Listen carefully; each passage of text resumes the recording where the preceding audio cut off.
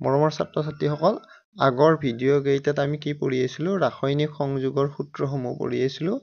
তাতে আমি 1 আৰু 2 2 নম্বৰ যিটো সূত্ৰ আছে সেইটো তোমালোকক পঢ়োৱা হৈ গৈছে এতিয়া আমি ৰাসায়নিক সংযোগৰ সূত্ৰসমূহৰ 3 নম্বৰটো আমি আজি ইয়াতে তোমালোকক মই দেখুৱাই দিম এতিয়া ইয়াক কয় ল অফ মাল্টিপল প্ৰপৰচনছ বুলি কয়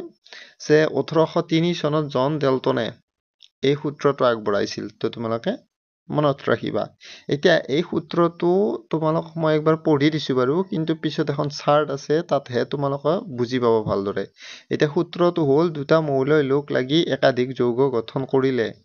যৌগবোৰত এটা মৌলৰ নিৰ্দিষ্ট ভৰৰ সৈতে যোজিত হোৱা আনটো মৌলৰ ভৰৰ অনুপাতটো সৰল পূৰ্ণ সংখ্যাৰ অনুপাত হয় তাৰমানে মোৰ ৰাখিবা কি কৈছে যে দুটা মৌলই লগ লাগিলে এটা যৌগই উৎপন্ন হ'ব বুলি কোনো কথা নাই দুটা মৌল লগ লগাই দিলে একাধিক যৌগ উৎপন্ন হ'ব পাৰে সেই যিবিলাক যৌগ উৎপন্ন হ'ব একাধিক যৌগ তাতে যিকোনো মৌল এটাৰ ভৰটো তুমি ফিক্স ৰাখি আনটো মৌলৰ যদি অনুপাত উলিয়া তেতিয়াহ'লে সেই অনুপাতটো এটা সৰল পূৰ্ণ সংখ্যাৰ অনুপাত হ'ব লাগিব এই সূত্ৰ মতে এতিয়া কি বস্তুটো আমি চাই লওঁ তো নেক্সট পেজত বলা ইয়াত ইংৰাজীটো দিয়াই আছে এতিয়া তোমালোকে চোৱা যেনে ফৰ এক্সাম্পল হাইড্ৰোজেনে যদি অক্সিজেনৰ সৈতে যোজিত হয়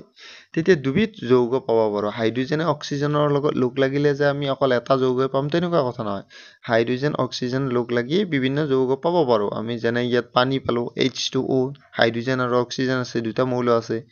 আৰু হাইড্ৰোজেন পেৰক্সাইডো পাব পাৰো হাইড্ৰোজেন অক্সিজেন লগ লাগিলে H2O2 বুলি কয় ইয়াক হৈ গ'ল ইয়াতো হাইড্ৰোজেন আৰু অক্সিজেন নামৰ মৌলই আছে তো এতিয়া এইখিনিত আমি কেনেকুৱাকৈ কৰিম তো নেক্সট পেজত তোমালোকে চোৱা তোমালোকে চোৱা হাইড্ৰোজেন আৰু অক্সিজেন লগ লাগি প্ৰথমটোত কি হৈছে পানী H2O হৈ গ'ল এতিয়া তোমালোকে চোৱা পানীত কেইটা হাইড্ৰোজেন থাকে দুটা হাইড্ৰোজেন থাকে তো দুটা হাইড্ৰোজেনৰ কাৰণে ভৰ কিমান হ'ব 2 গ্ৰাম হ'ব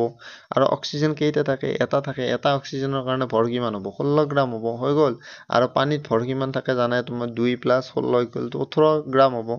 ঠিক আছে এতিয়া প্ৰথমটোত হাইড্ৰোজেনে অক্সিজেনৰ লগত লগ লাগি পানী উৎপন্ন কৰিছে আৰু কিয় এনেকুৱাকৈ গ্ৰাম বিলাক আছে মই কৈ দিলো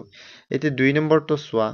হাইড্ৰোজেনে অক্সিজেনৰ লগত লগ লাগি এবাৰ হাইড্ৰোজেন পেৰক্সাইড সৃষ্টি কৰিছে হৈ গ'ল এতিয়া তোমালোকে চোৱা ইয়াত হাইড্ৰোজেন দুটা আছে সেইকাৰণে ভৰ কিমান হ'ব ইয়াত 2 গ্ৰাম হ'ব এটা হাইড্ৰোজেনৰ কাৰণে 1 গ্ৰাম হ'লে দুটা হাইড্ৰোজেনৰ কাৰণে 2 গ্ৰাম হ'ব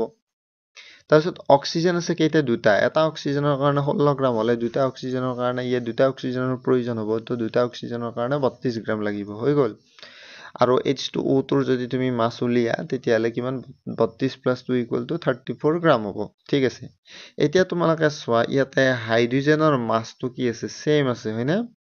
যিটোৰ মাছটো সমান থাকে যেনে দুইটা বিক্ৰিয়াত চোৱা দুইটা বিক্ৰিয়াত হাইড্ৰোজেনৰ মাছটো কি আছে ইয়াতো হাইড্ৰোজেন আছে ইয়াতো হাইড্ৰোজেন আছে ইয়াতো 2 গ্ৰাম আছে ইয়াতো 2 গ্ৰাম আছে তো যিটোত মাছটো সেম ওলাই সেইটো মৌলৰ মাছটো ফিক্স ৰাখিব লাগে হৈ গ'ল আৰু যি দুটা